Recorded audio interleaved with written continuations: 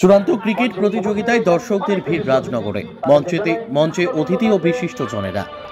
17 থেকে 19 জানুয়ারি 3 দিন ব্যাপী রাজনগর প্রিমিয়ার লিগ তথা আরপিএল সেশন 2 ক্রিকেট প্রতিযোগিতার আয়োজন করা হয় রাজনগর ডাকবাংলোয়। পরিচালনায় রাজনগর ইয়ংস্টার একাধিক টিম অংশগ্রহণ করে। 19 জানুয়ারি চূড়ান্ত ক্রিকেট প্রতিযোগিতা অনুষ্ঠিত হয়। টসে জিতে 7 কিংস ঈদগাছা টিম বল করার সিদ্ধান্ত নেয়। ব্যাটিং করে রানীগ্রাম সুপার কিংস। চূড়ান্ত প্রতিযোগিতায় জয়লাভ করে রানীগ্রাম সুপার কিংস। বিজিত হয় 7 কিংস ঈদগাছা। মঞ্চে হাজির ছিলেন বিশিষ্ট আমন্ত্রিত অতিথি ও সুধীজনেরা। আয়োজকদের তৎপরতা ছিল যথেষ্ট। পুরস্কার বিতরণী অনুষ্ঠানের মাধ্যমে পুরস্কার প্রাপকদের হাতে পুরস্কার তুলে দেওয়া হয়। উইনার ও রানার টিমকে ক্যাশ প্রাইজ ও আকর্ষণীয় ট্রফি প্রদান করা হয়। বিভিন্ন ক্রীড়াপ্রেমী মানুষ, তরুণ যুবারা খেলা সুষ্ঠুভাবে পরিচালনার ক্ষেত্রে বিশেষভাবে সহযোগিতা করেন বলে জানা গিয়েছে। বীরভূমের রাজনগর থেকে মোহাম্মদ সফিউল আলমের রিপোর্ট, এস নিউজ বাংলা।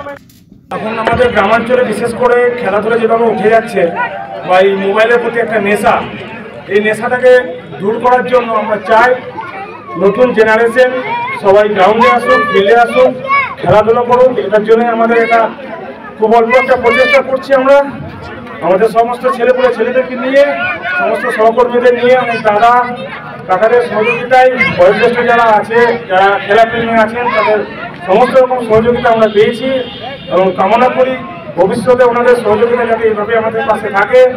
আমরা এই খেলাটাকে আরও উন্নত পর্যায়ে নিয়ে যেতে খুবই ইচ্ছুক এবং প্রচেষ্টা করে যাব। আর আমরা চাই ইয়াং জেনারেশন যারা আছে তারা মাঠে আসুক, সমস্ত রকম মাঠে খেলাধুলা যেগুলো হয় সেগুলোতে অংশগ্রহণ করুক, পার্টিসিপেট করুক এবং সমাজের একটা নবজাগরণের সূচনা করুক। দলকে নিয়ে ঘুরছিল, আজকে তার সমাপ্তি হল। ফাইনালে রানীগ্রাম এবং ঈদগাছা দুটো ছিল, খুব ভালো খেলেছে এবং দর্শকরা খুব উপভোগ করেছে।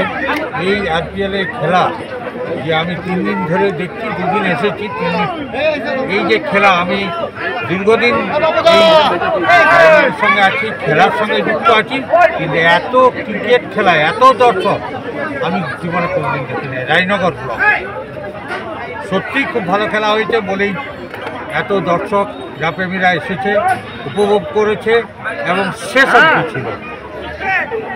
এদের আরও এই 2 বছর চলছে, যতদিন থাকবো আমরা, ওরা করবে, আমরা সাহায্য করবো এবং এদের সাফল্য আমি কামনা করি।